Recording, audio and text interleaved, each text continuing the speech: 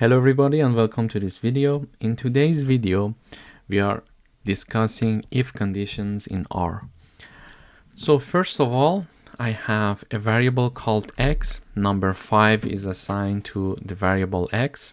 So x gets 5. And we are assigning this number 5 to the variable x using the assignment operator. Now I would like to check something. I would like to check one condition. I would like to check to see if this variable x has a value that is greater than 0. In order to check that, we need to use if conditions, or let's say if statements.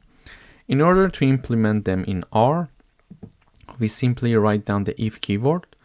Inside the parentheses, we are going to have the conditions, meaning that I would like to execute the following if x is greater than 0. So if x is greater than 0, then execute this part.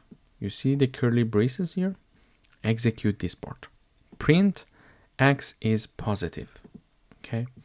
So now when I run this code, I see this message. X is positive, meaning that compiler checks the value of the variable x and checks to see if that value, which is 5, is greater than 0. Yes, it is true. Therefore, it enters this part and execute this part of the code, which says x is positive, and we see it here in the output. Now I change the value of variable x. Now 50 is assigned to x. So what do we see here? X is positive. Again, the same thing is being shown. Why? Because 50 is still greater than 0, and this part is being executed. However, if I assign negative 50 to the variable x and I run the code, we see nothing happens in the output.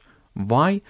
Because we only defined one if condition saying that, okay, do something only if x is greater than 0. We didn't say that, okay, if x is not greater than 0, do something else. This is why we see nothing here in the output. Okay.